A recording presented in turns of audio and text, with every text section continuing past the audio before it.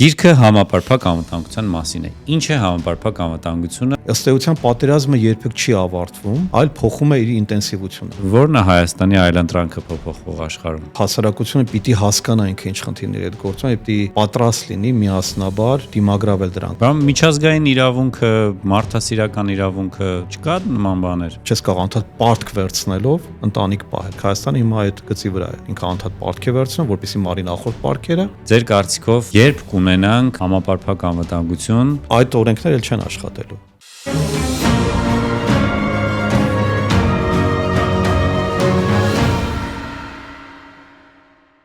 Ինչ է համապարփակ անվտանգությունը, որոնք են հիբրիդային սպառնալիքները կամ որն է ընդհանրապես հիբրիդային պատերազմը եւ ինչպես դիմագրավել, դիմակայել, պատասխանել այդ սպառնալիքներին։ Ահա թե ինչի մասին մենք խոսեցինք Արմեն Խաչիկյանի հետ։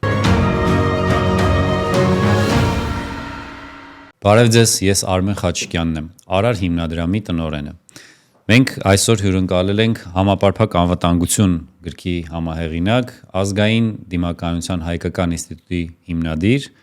քաղաքական գիտությունների թեկնածու Գևորգ Մելիքյանին։ Ողջույն Գևորգ։ Ողջույն Արմեն։ Մենք ըստ էության այսօր պետք է քննարկենք գիրքը, որը նաև Արար հիմնադրամի համատեղ ջանքերով փորձել ենք իրականություն դարձնել։ Գիրքը համապարփակ անվտանգության մասին է։ Ինչ է համապարփակ անվտանգությունը,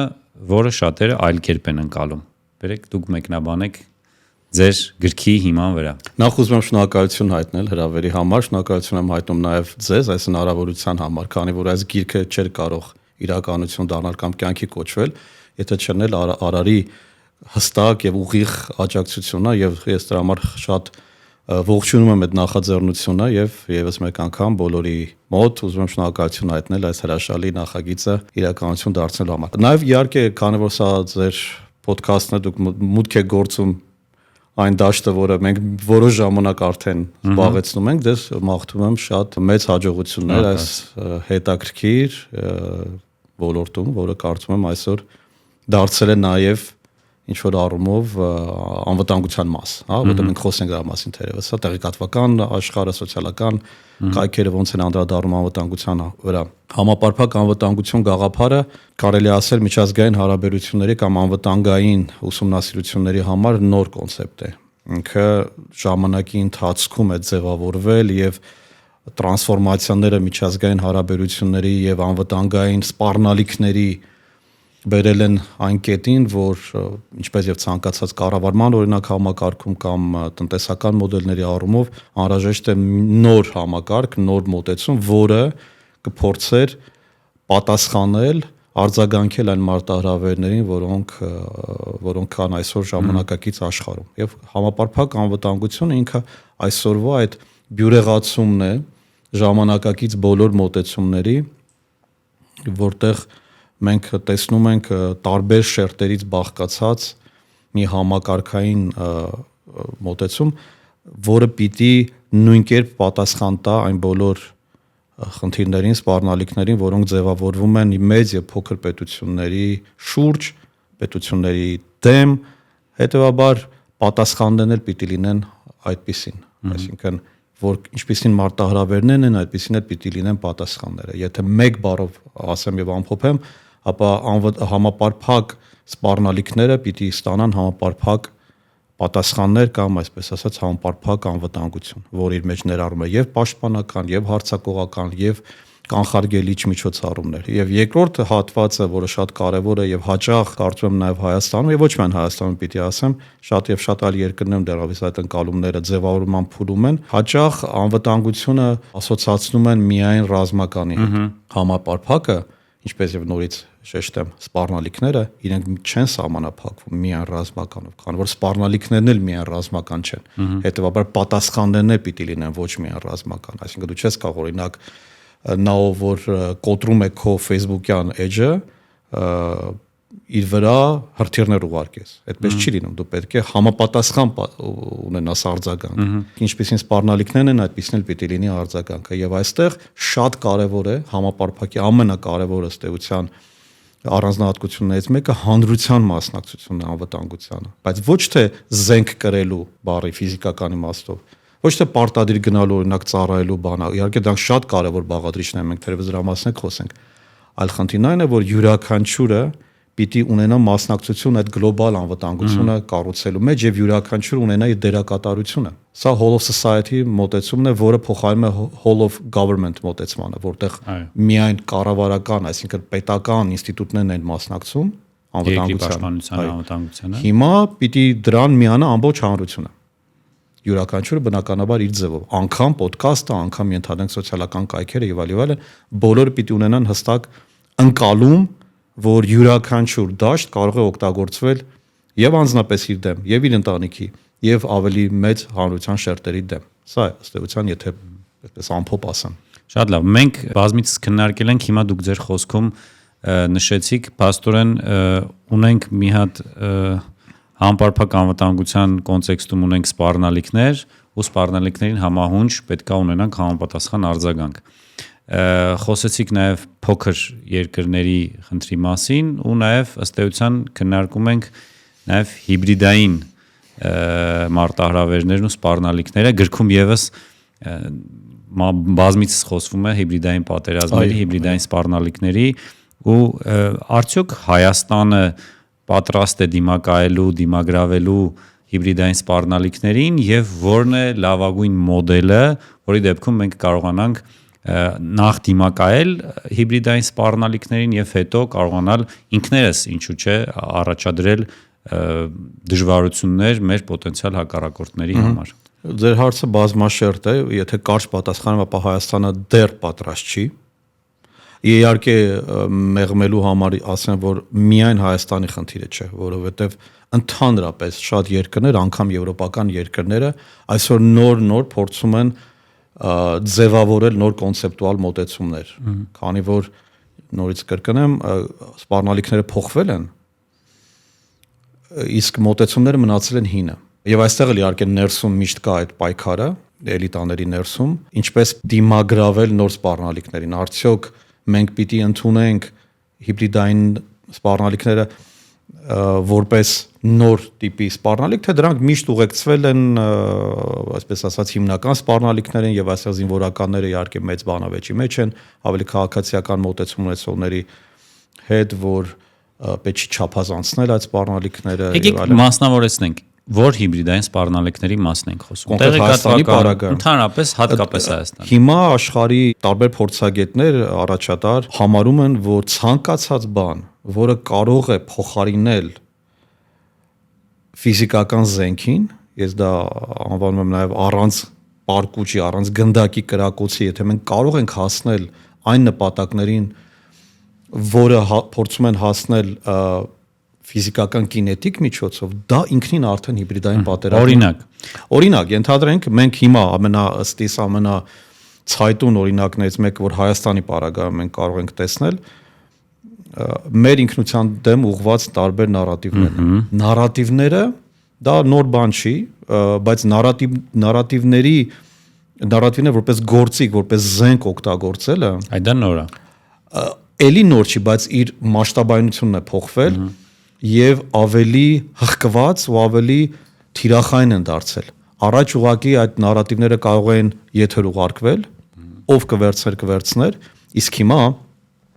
կոնկրետ թիրախների վրա են աշխատում, ինչպես որ օրինակ PR-ի պարագայում մարքեթինգի մասնագետները շատ լավ գիտեն, որ ցանկացած ապրանք ունի իր թիրախային լսարան։ Հետևաբար պետք է հասկանալ, թե ում ինչպես ես դու վաճառում։ Հիմա արդեն այդ գաղափարները մարքեթինգային դարձել են ռազմավարական կարևորության եւ նշանակության եւ օգտագործում են ավելի թիրախային դարձնել։ Հիմա նարատիվների առումով մենք պարզապես տարափների տակ ենք այդ նարատիվային դաշտում, որը ուղղակիորեն եւ անուղղակիորեն անդրադառնում է ազգային ինքնագիտակցության վրա։ Այսինքն մարդիկ սկսում են կասկածի տակ դնել իրենց պատմությունը, այն հեղինակություններին, ովքեր այդ պատմությունները իրենց պատմել են կամ գրել են, ենթադրենք օրինակ վերցնենք Եղիշեի Վարդանանքը, կարող ենք դնել հարցականի տակ։ Արդյոք առհասարակ եղել է ավարի պատերազմը։ Արդյոք Մովսես Խորենացին 5-րդ դարում է եղել, արդյոք մենք իսկապես գրերի գյուտ ունեցել ենք, արդյոք մենք իսկապես քրիստոնեությունը ընդունել ենք առաջինը կամ դա եղել է պետական կրոն թե պարտադրված ինչ-որ մարդկանց կողմից։ Եւ հիմա, երբ որ այս ԴՆԹ-ի շղթան ժամանակակից գործիքների օգնությամբ ավելի դառնում է ավելի պարզ եւ մոդելային, դու կարողանում ես արանքները ինչ որ մի բան մտցնելով կտրել այդ շղթան։ Եվ ընդ որում խնդիրը այն չէ, որ իսկապես ենթադրենք մենք ամբողջ պատմությունը ճշմարտացիորեն գիտենք։ Որևէ դա կասկածի տակ է դրվում հատուկ նպատակով, որում ուրիշի կողմից։ Եվ եթե մենք դնենք, այո, մենք ցանկացած ազգ ի վերջո իր պատմությունը կարող է հարցականի տակ դնել, փորձել ավելի խորը ուսումնասիրել, ինչ որ բաներ բացահայտել, կենցաղի եւ այլն միֆեր կոտրել, բայց դրանք արվում են, երբ որ դու ունես դրա պահանջը, երբ որ դու նաեւ հաղթահարել ես շատ ու շատ հանրային կոնսենսուսի խնդիրներ եւ դու չունես նման վաղ մտավախություն, ենթադրենք հարցականի տակ դնելու քո օրինակ ընտանիքի պատմությունը, հա։ Երբ որ դառնում է օտարը եւ օտարը քեզ ստիպում է դու վերանայես ինչ որ բաներ, այդտեղ մենք խնդիր ունենք ոչ միայն մենք, այլև շատ ու շատ այլ ազգեր, որոնց պարտադրեն ենթադրենք դրսից նարատիվներ։ Սա առաջինն է, նարատիվային խնդիրը։ Երկրորդը, որ ես տեսնում եմ Հայաստանի դեմ, դա կարելի է կոչել դիվանագիտական կամ այլ կերպ ասում են lawfare, երբ որ դու պատերազմ ես մխում պատմական փաստաթղթերի եւ ընդունված որոշումների վիճարկման հարցով, այսինքն ուրիշ ձև ես օրինակ ենթադրենք այսօր ես շատ բազմաթիվ արևմտյան գործընկերներից լսում եմ հետեւյալ մի համոզմունքը, որ Արցախը միշտ, հա, բառը այստեղ բանալի բառ է, միշտ ճանաչված է եղել Ադրբեջանի կազմում։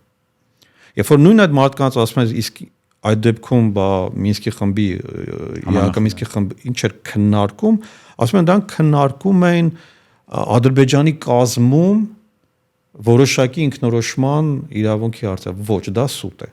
այդպես չի եղել, բայց սա այդ lawfare-ի օրինակներից մեկն է, երբ քո հակառակորդը կարողացել է հասնել տարբեր պատճառներով, դա իհարկե այլ հարց է ինչպես, բայց հասել է դրան, որ ինքը պարտադրում է ճշմարտության կամ իրականության իր մեկնաբանությունը, դա անում է փողով, թե սև խավիարով, դա բացարձակ էական չի, որտեղ ֆրանսիացիներն ասում են ալագիեղ կամ ալագիեղ, պատերազմի ժամանակ ինչպես պատերազմի ժամանակ։ Հետևաբար Մաքիավելի ականջկանչի բոլոր միջոցները արդարացված եւ ընդունելի են, եթե դու նպատակ ունես ինչ որ մի կետի հասնել։ Բայց միջազգային իրավունքը, մարդասիրական իրավունքը, այդ չկա նման բաներ։ Վերջ չի, իրենք հետաքրքիր կարգավորումներ ունեն, բայց երբ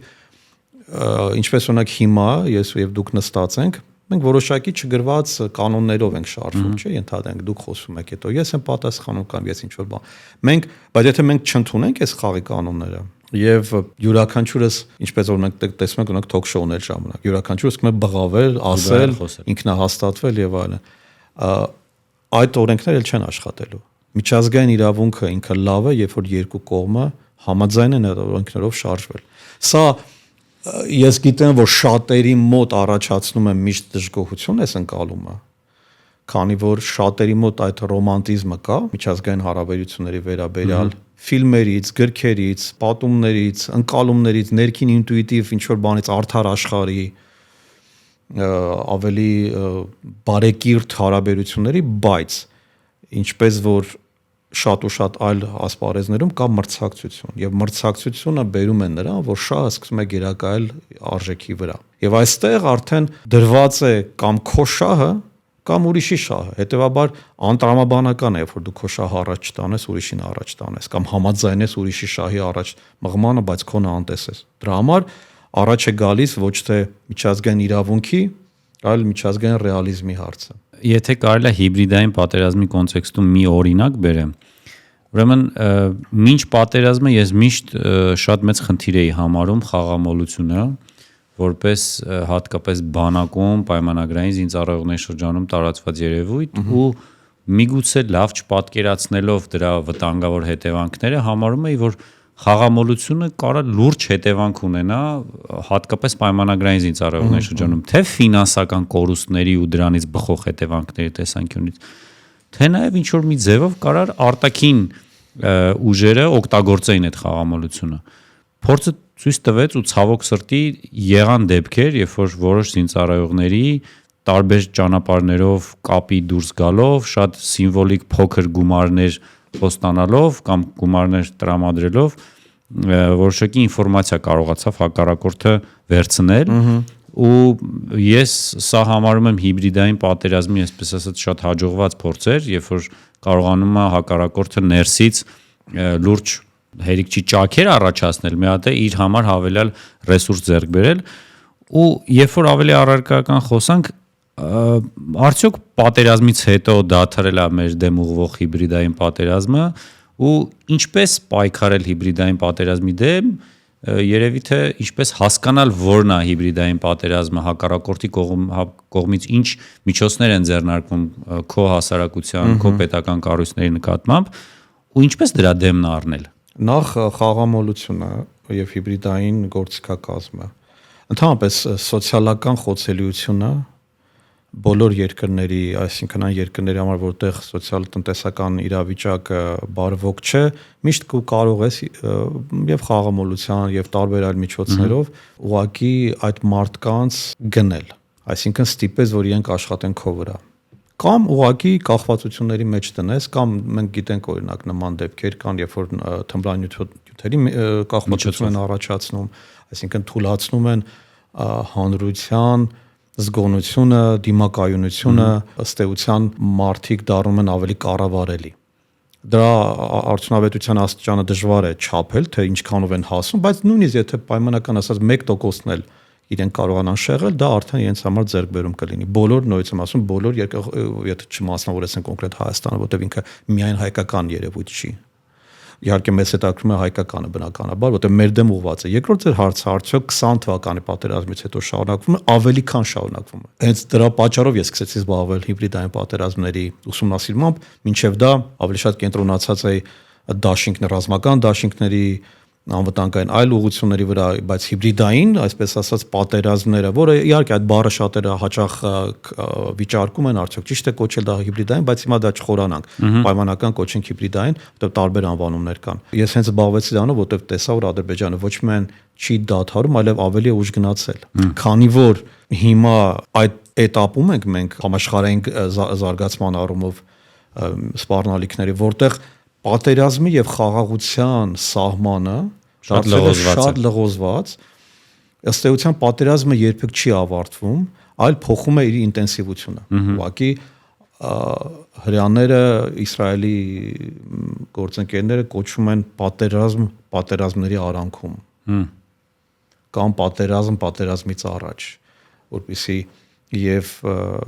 ռազմական ընկալում ունեցող մարդկանց համար հասկանալի լինի եւ ավելի քաղաքացիական, որ ինքը պատերազմ է, ուղղակի ինքը փոխում է իր թիրախները, փոխում է իր թիրախներին ավելի հասնելու ձևերը, որտեղ նպատակը նույնն է։ Հնարավորինս էրոզիա է ենթարկել քո հակառակորդի քաղաքական, տնտեսական, ռազմական, մշակութային ներուժը, զրկել քեզ քո համոզմունքներից, հավատալիքներից, քո կրոնական պնդությունից, հա,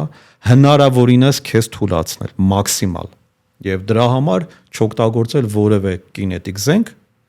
այսինքն մահաբեր, չկրակել, բայց խոցել։ Եվ բայց որն է հիբրիդային պատերազմի ամենակարևոր ըստ առանձնահատկություններից մեկը, երբ դու չես կարողանում ապացուցել, որ դա այս կամ այն աղբյուրից է գալիս։ Եթե օրինակ դու ունես քո վրա կրակում են, դու տեսնում ես, որ քո վրա կրակում են, բայց երբ որ կարող ես ապացուցել, իսկ հիմա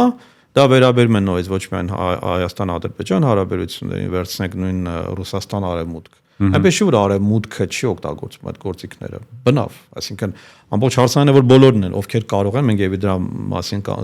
կանդրադառնանք, ինչպես են փոքր պետությունները կամ այլ պետությունները վարում հիբրիդային պատերազմներ։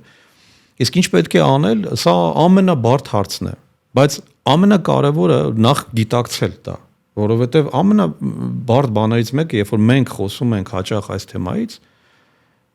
շատերը ընդվզում են դրա դեմ։ Լավ, տոկոսը չգիտեմ, դուք սոցիոլոգիայով ավելի լավ գիտեք տոկոսները, չերը ընդվզում են դրա որոշ հատված, ես տեսնում եմ, որ ընդվզում ունի, երբ մենք խոսում ենք պատերազմի շարունակականության մասին։ Ես հասկանում եմ ինչու ընդվորը, որովհետև հոգեբանորեն միշտ դժվար է այդ ստրեսը տանել։ Եվ մարդը ակամայից իր մեջ փակում է ցանկացած նման զրույց եւ առավել եւս չի ուզում խորանալ դրա մեջ։ Ուղղակի պետք է ասեմ, որ խաղաղության հասնելու համար դու պետք է հաղթահարես շատ ու շատ էտապներ։ Խաղաղությունը հոգեվիճակ չի։ Խաղաղությունը ավելի շատ հավասարակշռման մի վիճակ է, որին դու պետք է հասնես։ Ես հաճախ իմ ուսանողներն եմ այդ օրինակները բերում, որպեսզի ավելի soft պատկերացնի, ինչպես օրինակ բիզնեսում։ Եթե դու ունես մրցակցություն, իսկ այդ մրցակցությունը կա, դու չես կարող մրցակցությունը հաղթել առանց ջանքեր թափելու։ Կամ առանց տեսնելու, թե քո հակառակորդը ինչպես է գրոհում նաև քեզ, ինչպես է փորձում քեզ շուկայից դուրս մղել, տեսանելի, անտեսանելի ձևերով եւ փորձես միայն մտածել քո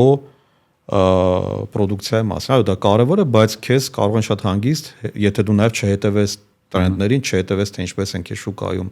այլ խաղացողները դիրքավորվում, դու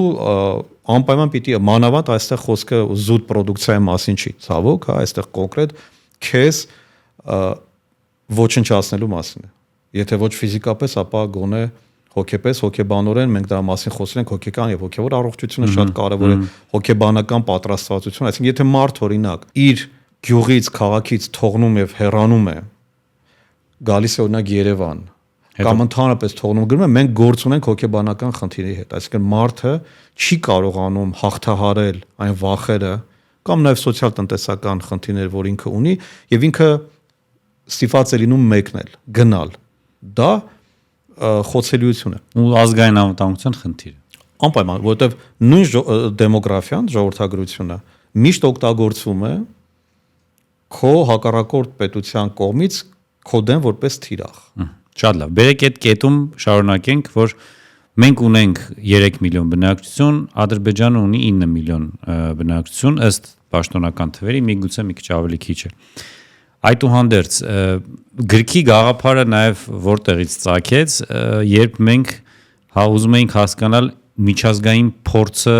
այն փոքր երկրների, ովքեր շրջապատված են մի շարք թշնամիներով, սպառնալիքներով, դժվարություններով, եւ որն է նաև մեր հեռանկարը, մեր այլընտրանքը այն միջավայրում, որտեղ մենք ապրում ենք, շրջապատված երբեմն նաև թշնամիներով, սպառնալիքներով ու ես հիշում եմ, որ հենց նաև ձեր առաջարկով որոշեցինք, որ պետք է Իսրայելի փորձը նաև ուսումնասիրել։ Ես հուսամ կարելի է դրա մասին խոսել, որ դուք գործուղում ունեցաք դեպի Իսրայել ու Իսրայելում ուսումնասիրեցիք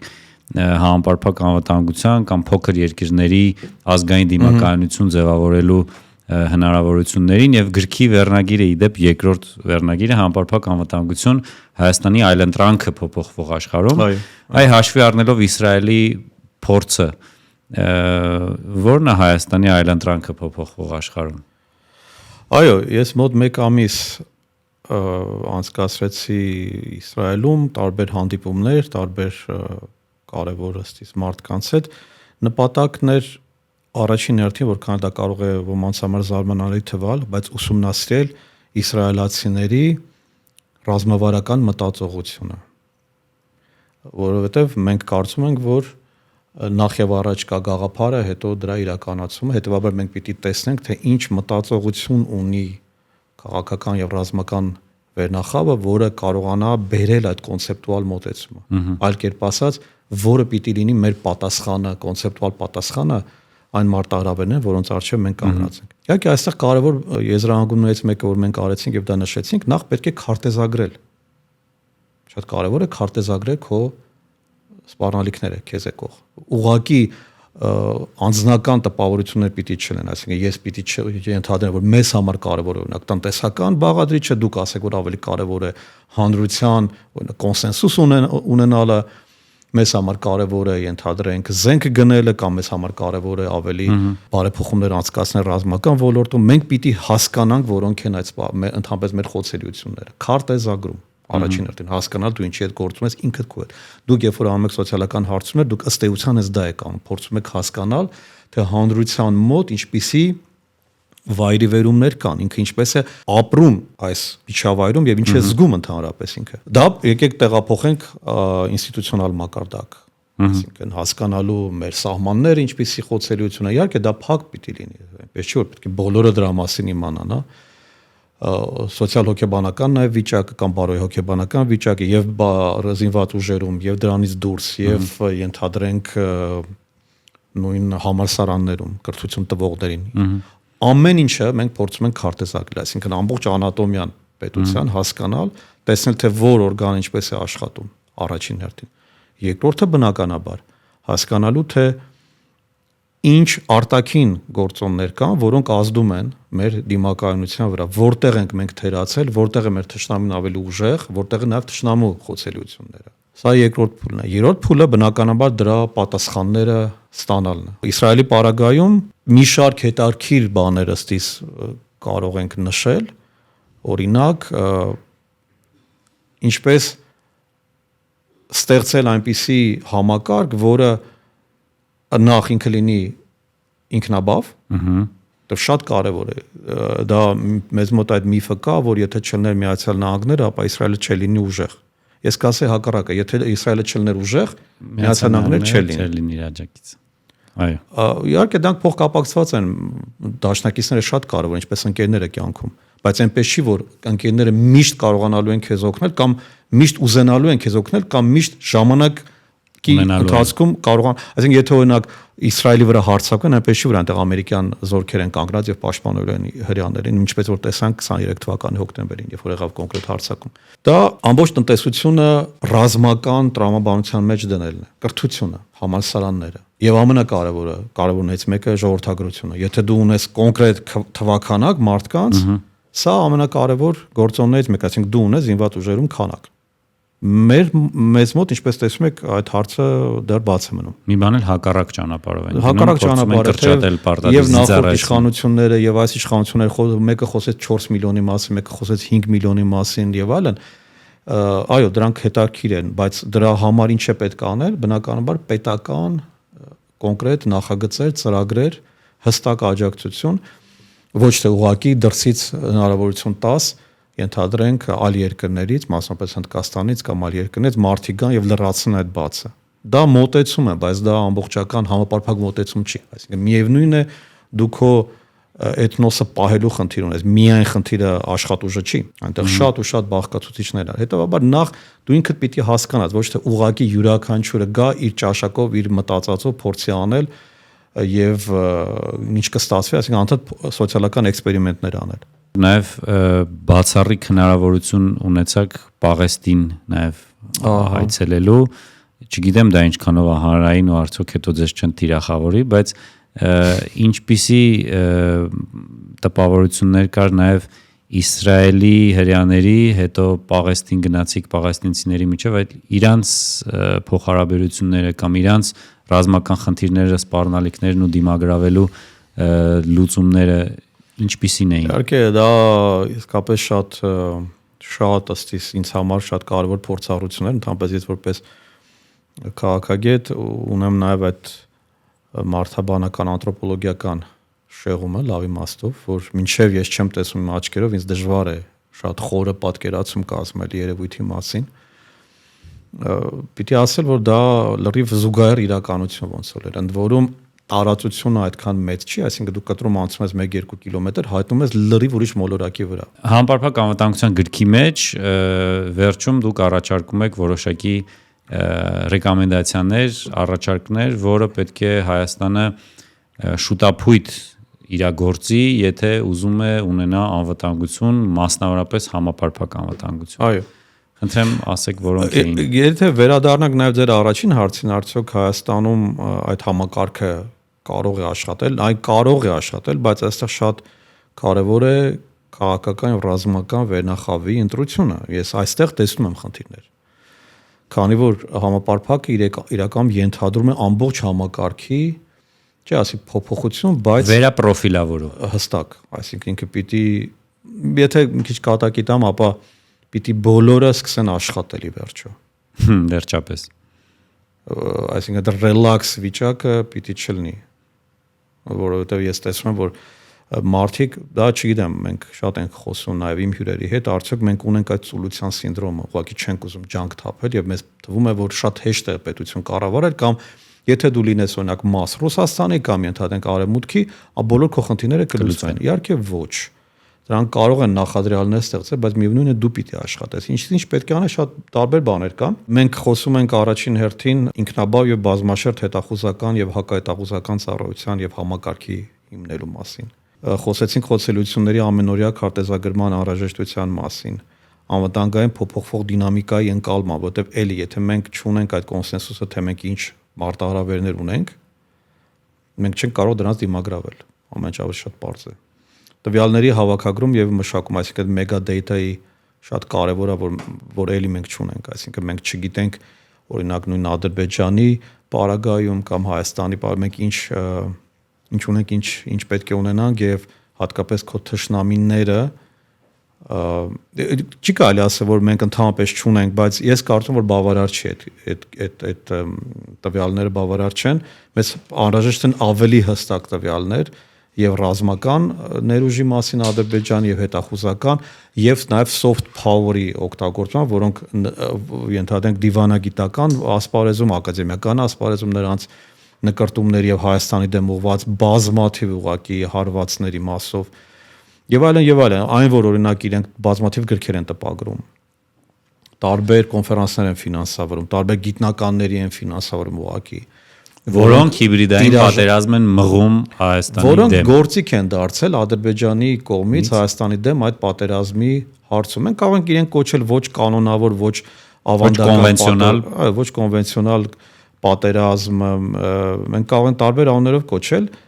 քանի որ հիբրիդայինը ենթադրում էր նախկինում երկու կոմպոնենտի համադրություն, հիմա այդ կոմպոնենտները բազմաթիվ են, ընդ որում 3 աստիճան ունի, կարող է լինել երկու ռազմական կոմպոնենտի կամ մի քանի ռազմական կոմպոնենտների համադրություն, կարող է լինել ռազմական պլյուս քաղաքացիական, կարող է լինել միայն քաղաքացիական եւ քաղաքացիական։ Հիմա մենք ավելի շատ այս բանը գործ ունենք երրորդի հետ, որտեղ մի քանի քաղաքացիական կոմպոնենտներով ոչ կինետիկ գործիքակազմերը տարբեր առումներով, տարբեր կողմերից, սկսած միջազգայինից, վերջացած լոկալով, վերջացած ենթադրենք սահմանադրության փոփոխման պահանջ, արտաքին քաղաքականության վերանայում, դասագրքերի վերանայում, անկլավների վերադարձ, ադրբեջանցիների վերադարձ, դրանք բոլորը այնպես չի որ նոր բաներ են դրանք, բայց երբ որ իրենք օգտագործում են կոնկրետ քեզ քո մանևրականությունը սահմանափակելու համար, արդեն իրենք դիտարկվում են որպես պատերազմի գործիքներ։ Մենք խոսում ենք վիրտուալ ռազմավարության խորության ստեղծում, կարծեմ որ դրա մասին քիչ է խոսում, ընդհանրապես որն է ռազմավարական խորությունը, այդ strategic depth կոչվածը, որը Հայաստանի պարագայում Արցախի կորստից հետո ուղղակիորեն կրճատվել է։ Ու տարածքային առումով հասկանում ենք ռազմավարական խորությունը շատ նեղացել է հատկապես Արցախի կորստից հետո, բայց միևնույն ժամանակ գրքում խոսվում է ինչպես այդ խորությունը նաև հաղթահարել ու տեղափոխել միգուցե վիրտուալ խորություն։ Շատ կարևոր է հանրային համաձայնությունը, այդ social consensus կոչվածը, շատ կարևոր է հանրային ինժեներիան, երբ որ հասարակությունը պիտի հասկանա ինքը ինչ խնդիրների հետ գործում է, պիտի պատրաստ լինի միասնաբար դիմագրավել դրանք։ Սրանք իհարկե շատ դժվար է հասնել հատկապես այս իրավիճակում, որում մենք հայտնվել ենք, ընդհակառակը հանրությունը ընդհանրապես չի ուզում լսել խնդիրների մասին, ուր մնաց թե դրանք մարսի եւ սկսի հաղթահարման ճանապարհներ փնտրել։ Կրթական համակարգի բարեփոխումները եւ ռազմավարական հաղորդակցությունը, որը կարծում եմ որ մեզ մոտ ուղղակի գրեթե իսպառ բացակայում է, եւ բնականաբար միջազգային համագործակցությունը, որը ելի ըստ իս ինքը ուղղակի արհեստական բնույթ է կրել, մենք բոլորի հետ ստորագրում ենք այսպես ասած ռազմավարական փաստաթղթեր, բայց դրանք իրական ռազմավարական չեն, մենք հասկանում ենք։ Դե հա, անունն է ռազմավարական։ Անունն է միայն ռազմավարական, իրականում այդ project based alignment-ները կամ դաշինքները շատ կարևոր են, որ մենք չունենք գլոբալ առումով։ Մեր առաջարկը այն է, որ ամբողջությամբ պիտի վերանայվեն համակարգային մոտեցումները։ Եվ հատկապես տնտեսական բաղադրիչ պիտի առանց ֆինանսների դու չես կարող անդադ պարտք վերցնելով ընտանիք պահել, եթե այսպես պարզեցված ասեմ, իսկ Հայաստանը հիմա այդ գծի վրա է, ինքը անդադ պարտք է վերցնում, որպեսզի մարի նախորդ պարտքերը եւ զարգացման եւ առավել եւս կայուն զարգացման վրա չեն դրվում ռազմավարական միջոցներ։ Ինքը ավելի շատ այդ գոյատևման survival regime-ի մեջ է մտել, որը երկար չի կարող այդպես գնալ։ Ժողովրդական լեզվով ասած յոլա գնալու մոտեցումով։ Ըստ էության Հայաստանի այլընտրանքը փոփոխվող աշխարհում դա համապարփակ անվտանգության համակարգ ձևավորելն է եւ փորձել հույսը դնել եւ ապավինել սեփական ուժերին, որքան հնարավոր է դիմակայունության մաս, այսինքն էլի շատերը նաեւ Հայաստանում համապարփակ անվտանգությունը հասկանում են ռազմական տեսանկյունից։ Ռազմականը ամենադոմինանտ բաղադրիչն է համապարփակ անվտանգության մեջ, բայց ոչ միակը։ Դրանով չի սկսում եւ դրանով չի ավարտվում այլևս։ Առաջ այդպես էր, հիմա ոչ։ Եվ վերջում մի հարց կուզեի տալ, թե ձեր կարծիքով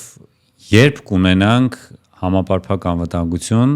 եթե ներդնենք բոլոր ջանքերը, քաղաքական կամքը, պետական համակարգը ամբողջությամբ լծվեն համապարփակ անվտանգություն ձևավորելուն։ Ինչքան ժամանակ է անհրաժեշտ, որ մենք ունենանք այդ համակարգը եւ մեզ զգանք լիարժեք անվտանգ։ Ամենապես այն հարցն է, որ ասում են քանի ամսում ես անգլերեն կսովորեմ։ Սա անվերջանալի process է, ինքը չունի մի սկիզբ ունի, բայց վերջ չունի, ինքը անընդհատական process է, համար մենք դա նաև կոչում ենք ռազմավարական կառավարում, այսինքն կառավարումը պիտի կառավարման մոդելները պիտի փոխվեն։ Որոշ կոմպոնենտներ մենք արդեն ունենք, ինչը ճիշտ է, բայց որքանով են դրանք արդյունավետ, սա է հարցը։ Եվ ընդհանուր գիտակցում պիտի լինի, որ մենք այդ ճանապարհով գնում ենք, բայց նույն նաև ես չի ասում, օրինակ նույն Ֆինլանդիայի պարագայում եթե նայենք, բոլորը այդ գիտակցումով են առաջնորդում եւ քնում վերկենում մտածում դրա մասին։ Ինքը պիտի աննկատ նաև գործի, բայց մեծամասնությունը այդ գիտակցումը ունենա։ Ինքը պիտի ուղղակի հասկանա, որ ամենօրյա պայքար ունի ինքը, բայց պարտադիր չի մտածի նեգատիվ իմաստով, որ մեզ հեսա ոչնչացնելու են, որ մեզ վրա հարձակվելու են, հետեւաբար մենք պետք է գնանք, ոչ, պետք է դու մտածես, որ քո պետությունը ինչպես է ավելի ուժեղացնում, ինչպես է դարձնում իրեն ավելի դիմական, ինչպես օրինակ առողջությանը տես հետևում, առողջ ապրելակերպի ես ասում, այլ առողջ ապրելակերպը այս բaragam հենց համապարփակ անվտանգությունն է։ Այսպիսով, եթե մենք ուզում ենք լինել անվտանգ, պետք է միշտ մտածենք, գործենք հանուն անվտանգության եւ երբեք, այսպես ասած, հանգիստ չզգանք մեզ, երբեք չթուլանանք, զգոնությունը չկորցնենք, այլ միշտ վտանգի, սպառնալիքի միտքը ունենալով փորձենք ուժեղացնել, ամրապնդել մեր անվտանգությունը։ Մոտավորապես, այսինքն դու անընդհատ պետք է զգոն լինես եւ չթուլացնես քո պատրաստվածության աստիճանը, միշտ մտածես վատագույն սցենարներով, ի տարբերություն ավելի, այսպես ասած, լիբերալ թևի դպրոցի ներկայացուցիչներ, որոնք միշտ փորձում են դրականը։ Wishful thinking։ Ավելի այդպեսին, այսինքն ոչ թե պետք է, ինչպես օրինակ մարդկային հարաբերությունը մտածես, որ դիմացինը լավն է, քանի դեռ ինքը չի ապացուցել հակառակը, այլ պիտի լինի հակառակը, պիտի մտածես, որ ինքը վատն է, քանի դեռ ինքը չի ապացուցել հակառակը։ Շատ լավ, փորձենք լինել ավելի խորիմաստ, խելացի եւ պատրաստված։ Շնորհակալություն շատ զրույցի համար։ Իսկ մենք կհանդիպենք հաջորդիվ մեր անվտանգության թեմայով զրույցներում։ Շնորհակալություն։